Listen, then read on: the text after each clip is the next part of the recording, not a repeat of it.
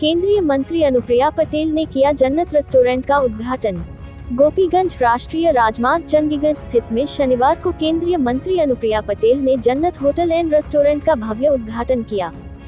मंत्री अनुप्रिया पटेल ने बोली, जिस कार्यक्रम में आई हूँ ये हमारा पारिवारिक कार्यक्रम है। इस कार्यक्रम में हमारे अपना दल परिवार के सभी सदस्य हैं। सभी लोगों से मिलकर मैं बहुत खुश हूँ और इस तरह का रेस्टोरेंट खुलने से शहर का गौरव बढ़ता है। पत्रकारों ने स्वामी प्रसाद मौर्य के हिंदू बयान पर सवाल किया तो मंत्री जी ने कोई जवाब नहीं दिया और मंत्री जी ने कहा कि आने वाले लोकसभा 2024 के चुनाव लिए हमारे संगठन के लोग बड़े बड़े सम्मेलन और जनसभाएं निरंतर कर रहे हैं। हमारे कार्यकर्ता पूरी तैयारी में लगे हुए हैं। 2024 के लोकसभा चुनाव में एनडीए को मजबूती देने के लिए हमारा संगठन तैयार है। आज मैम यहाँ पे आए, क्या कहिएगा? देखिए, यहाँ पे ये बहुत ही पारिवारिक कार्यक्रम है जिसमें मैं आई हूँ। हमारे माननीय प्रमुख जी हैं, हमारे अपना दल परिवार के सदस्य हैं और इन्होंने एक ये नया प्रतिष्ठान यहाँ पर स्थापित किया है, एक रेस्टोरेंट आम जनमानस के लिए एक बेहतरीन सुविधा विकसित की है। उसी के उद्घाटन के अवसर पर मैं यहाँ आई हूँ। मुझे बेहद प्रसन्नता है और देखने में बहुत अच्छा लग रहा है और मैं चाहती हूँ कि अच्छी सेवाएं यहाँ के आम जनमानस को इस नए रेस्टोरेंट के माध्यम से मिले।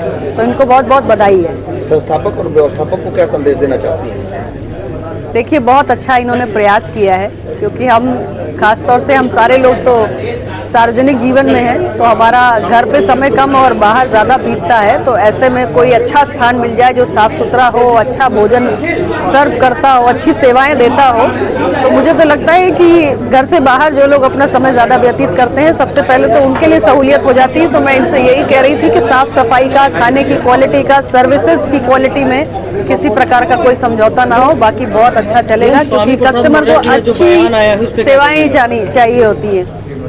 स्वामी प्रसाद मौर्य जी का जो बयान है उस पर क्या दीजिएगा?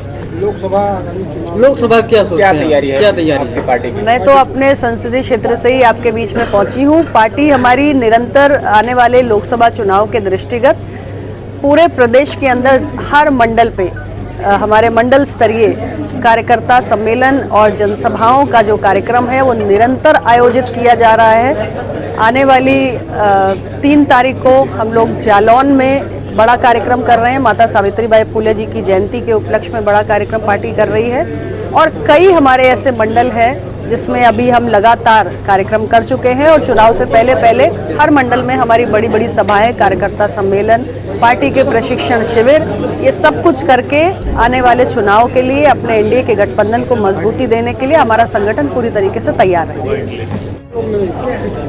नहीं, अपना दल एनडीए का घटक है और 4 चुनाव हम साथ में लड़ चुके हैं। ये 5वां चुनाव हम एक साथ मिलकर लड़ने जा रहे हैं और मुझे पूरा भरोसा है कि इस बार 2024 में एक बार फिर आप देखिएगा कि पूरे देश के अंदर सबसे ज़्यादा अगर एनडीए गठबंधन को मजबूती मिलेगी तो हमारे उत्तर प्रदेश से मिलेगी। सर्वाधिक सीटें हम लोग जीतेंगे, ऐसी हमारी कोशिश है और एनडीए के सामने आज कोई भी नहीं है और मुझे लगता है कि जनता का बढ़ता हुआ विश्वास जो है उसके आधार पे मैं कह रही हूँ कि आने वाले चुनाव में एनडीए एक शानदार सफलता की ओर अग्रसर है। मैम, गुहार चल रही है कि भदोही समेत अन्य लोकसभा क्षेत्रों में भी अपना दल अपना प्रत्याशी उतारने के मूड में, इसके पर क्या कहेंगे? देखिए, अभी मैंने आपको बताया कि अभी फिलहाल हम पूरे प्रदेश के अंदर अपने पार्टी के संगठन विस्तार में लगे हुए हैं क्योंकि जमीनी स्तर पर जब तक बूथ स्तर तक का संगठन मजबूत नहीं है, चुनाव में प्रदर्शन प्रभावित हो सकता है। इसलिए फिलहाल